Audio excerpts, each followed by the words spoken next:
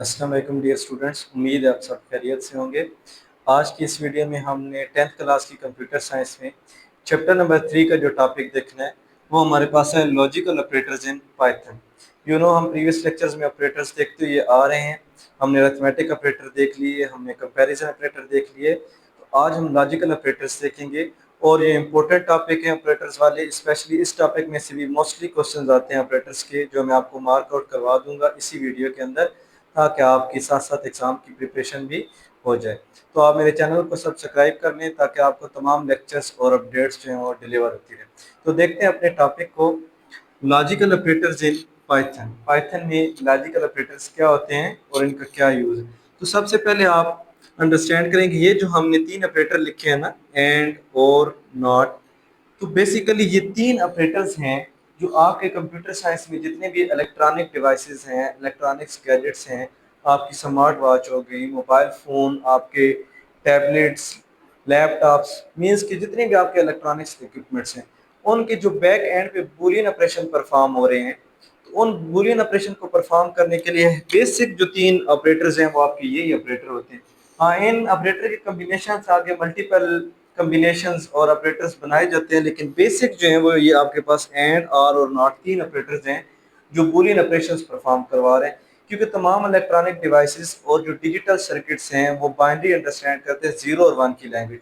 तो जो भी सिस्टम जीरो और वन को अंडरस्टैंड करते हैं, मीन्स कि बूलियन अलजबरा का सिस्टम जिसके अंदर है, तो उस पूरे बूलियन अलजबरा के बैक एंड पे आपके ये तीन ऑपरेटर्स ही हैं, एंड, और नॉट, जो कैलकुलेशंस परफॉर्म करते हैं। बेसिकली इलेक्ट्रॉनिक डिवाइसेस में ये जो जीरो और वन अंडरस्टैंड करती हैं बाइनरीज को, बूलियन अलजबरा, इसमें प्लस माइनस मल्टीप्लाई को अंडरस्टैंड नहीं किया जाता कैलकुलेशंस में। इसमें आपके यही ऑपरेटर्स जो हैं यही कैलकुलेशंस करवा के दे देते हैं। तो ये बहुत ही इंपॉर्टेंट टॉपिक होने जा रहा है, इसको आपने अच्छे तरीके से अंडरस्टैंड करना है, साथ इसकी एग्जांपल देखनी है कोड के थ्रू, ताकि आपके कंसेप्ट क्लियर हो।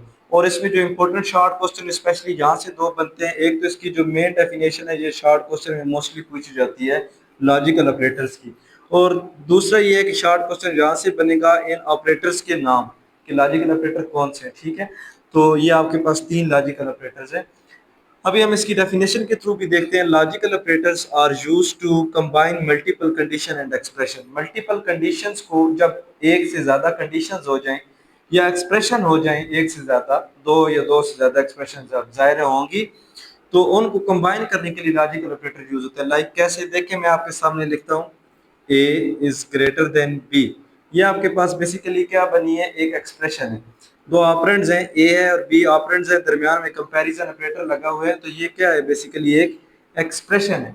तो इस तरह की मल्टीपल एक्सप्रेशन को कंबाइन करने के लिए भी लॉजिकल ऑपरेटर यूज होते हैं। अब एक्सप्रेशन का आंसर किस में होता है, हमने देखा था कि इस एक्सप्रेशन का आंसर ट्रू या फॉल हो जाएगा। फर्ज करें यहाँ पर इसका आंसर ट्रू में, तो जितनी भी कंडीशंस होती है ना, कंडीशन में क्या होता है कि उसका आंसर दो ही केसेस में आता है, या कंडीशन का आंसर ट्रू होता है या कंडीशन का आंसर फॉल्स होता है। तो ये आपकी एक्सप्रेशन थी, और ये इस एक्सप्रेशन का आगे रिजल्ट जो आउटपुट आया वो क्या बन गए, ट्रू आया। फर्ज करें ट्रू या फॉल्स में से एक ही होता है, तो इसको क्या कहेंगे, कंप्लीट को एक क्या कहेंगे, कंडीशन। तो मल्टीपल कंडीशंस को या मल्टीपल एक्सप्रेशंस को मिलाने के लिए जो है हम लोग कंपैरिजन, ये लॉजिकल ऑपरेटर्स जो हैं इनको यूज करते हैं। आप देखें यहाँ से, लाइक मैंने एक ये एक्सप्रेशन लिखी है, इसी तरह से मैं एक और लिख देता हूँ यहाँ पर ही, ए इज लेस देन सी, और फर्ज करें इसका भी आंसर होगा ट्रू या फॉल्स में, हम यहाँ पर कर लेते हैं कि इसका आंसर फॉल्स है। ठीक है, ये आपके पास दो कंडीशन अब होगी। अब इन दो कंडीशन को मजीद कंबाइन करके और एक फाइनल आउटपुट दिखाने के लिए हमारे ये लॉजिकल ऑपरेटर जो यूज होते हैं। जैसे अभी यहाँ पर देखिए जी, ए इज ग्रेटर देन बी था, और दूसरा है ए इज लेस देन सी। तो अब इन दोनों का जो सेपरेट आउटपुट है वो तो हमने निकाल लिया है, फर्स्ट का है ट्रू और सेकंड का आ गया फॉल्स। अब मजीद एक फाइनल आउटपुट निकालने के लिए इन दोनों को कंबाइन जब करके देखना है, तो उसके लिए हमारे क्या यूज होंगे ऑपरेटर, जैसे कि यहाँ पर मैं लिख देता हूँ एंड ऑपरेटर। अब इस एंड, ये एक लॉजिकल ऑपरेटर है ना एंड, इस एंड ने इन दोनों एक्सप्रेशन या कंडीशंस को क्या किया है, कंबाइन किया है, और अब इन दोनों का आउटपुट जो है उसको एंड के रूल्स के अकॉर्डिंग देके एक फाइनल आउटपुट दिया जाएगा। तो मल्टीपल कंडीशन और मल्टीपल एक्सप्रेशन को कंबाइन करने के लिए ये यूज होते हैं। इनमें से जो आपके एंड और आर है ना, इनमें भी डिफरेंस देख लें। एंड और आर को हम लोग कहते हैं बाइनरी ऑपरेटर्स। ठीक है, एंड और आर को हम बोलेंगे बाइनरी, क्योंकि इनके अंदर दो इनपुट्स ली जाती हैं। एंड में भी दो इनपुट्स होती हैं और फिर फाइनल आउटपुट आती है।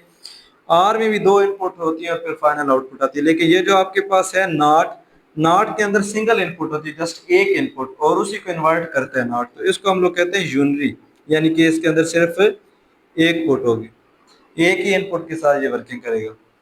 अभी इनकी एग्जांपल देखते हैं। एक्स एक वेरिएबल बनाया हमने जिसके अंदर जो वैल्यू है वो क्या है, ट्रू है। दूसरा वेरिएबल हमारे पास वाई और इसमें क्या है, फॉल्स है।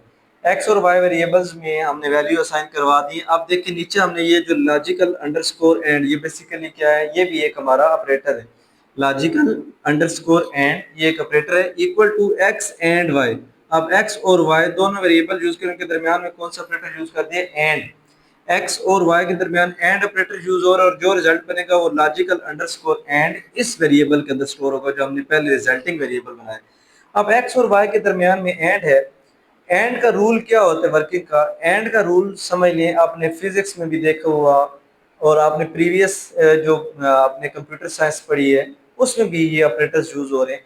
एंड का क्या रूल होता है कि एंड में अगर दोनों इनपुट्स ट्रू हों, हमने बात की है ना कि एंड में दो इनपुट्स होती हैं, अगर दोनों इनपुट्स ट्रू हो तो कंबाइन आउटपुट भी ट्रू ही बनेगा। लेकिन एंड ऑपरेटर में अगर दो इनपुट्स में एक इनपुट भी फॉल्स हो जाए तो कंबाइन आउटपुट भी हमेशा फॉल्स ही आता है। तो देखते हैं जी, एक्स एंड वाई, एक्स की वैल्यू देखिए ट्रू है, वाई की वैल्यू क्या है हमारे पास, फॉल्स है। तो अब दोनों इनपुट्स जो हैं वो चेंज है, जाहिर है एक्स की ट्रू वाई की फॉल्स। तो एंड क्या कहता है कि दोनों को ट्रू होना जरूरी है, तब कंबाइन आउटपुट क्या बनता है, ट्रू। तो अब एक्स ट्रू है वाई फॉल्स है, तो कंबाइन आउटपुट क्या बनेगा, फॉल्स बनेगा। तो फॉल्स आकर के अंदर स्टोर हो जाएगा, इस लॉजिकल अंडरस्कोर एंड वाले ऑपरेटर में आ गया फॉल्स। अब नीचे हमने इसे आउटपुट में दिखाना तो हमने प्रिंट फंक्शन लगाया है, जो डबल कोटेशन के अंदर लिखा हुआ होगा वो एज इट इज आएगा आपका, और जो कोटेशन से हट के लिखा है कोई भी वेरिएबल उसकी क्या आएगी, वैल्यू। तो एक्स लिखा हुआ है, सबसे पहले एक्स की वैल्यू आ जाएगी, आउटपुट में सबसे पहले क्या आएगा, ट्रू। डबल कोटेशन में एंड है तो and as it is true and, y की जगह क्या है कि y की value false, true and false equal as it is, true and false equal to. आगे हमारा वेरिएबल लिखा हुआ लॉजिकल अंडरस्कोर एंड, तो लॉजिकल अंडरस्कोर एंड में क्या स्टोर हमने करवाया था, ऊपर फॉल्स स्टोर करवाया था। तो आपका आउटपुट क्या बनेगा, true and false is equal to false. इस तरह से ये देखें। अभी देखें नीचे हमने एक और वेरिएबल बना लिया लॉजिकल अंडरस्कोर आर, और इस वेरिएबल को आगे हमने क्या किया, इक्वल लगा के एक्स और वाई। अब इन्हीं दोनों वेरिएबल को कंबाइन किया, आर ऑपरेटर लगाते हुए, आर ऑपरेटर ने एक्स और वाई के वेरिएबल्स को कंबाइन किया। आर का रूल समझ लें, आर कहते हैं कि जब दोनों वैल्यूज, दोनों इनपुट ट्रू हो कंबाइन आउटपुट तब भी ट्रू होगा, जब दोनों में से एक भी जो है इनपुट वो ट्रू हो तो कंबाइन आउटपुट तब भी ट्रू होगा। आर होता है ना, आर का मतलब क्या होता है, या एक भी ट्रू हो तो काम हमारा चल जाएगा, कंबाइन आउटपुट ट्रू आएगा। हाँ, इन केस जब दोनों इनपुट्स फॉल्स होंगी तब कंबाइन आउटपुट भी फॉल्स आएगा। तो देखते हैं जी, एक्स की क्या वैल्यू हमारे पास ट्रू है, और ऑपरेटर लगा, और वाई की क्या है, फॉल्स है। तो एक्स ट्रू है ना, आर क्या कहते हैं, दोनों में से एक इनपुट भी ट्रू हो तो कंबाइन आउटपुट क्या बनेगा, ट्रू। तो इसका क्या बन जाएगा, ट्रू बनेगा। तो अब ट्रू किस में स्टोर होगा, लॉजिकल अंडरस्कोर आर में।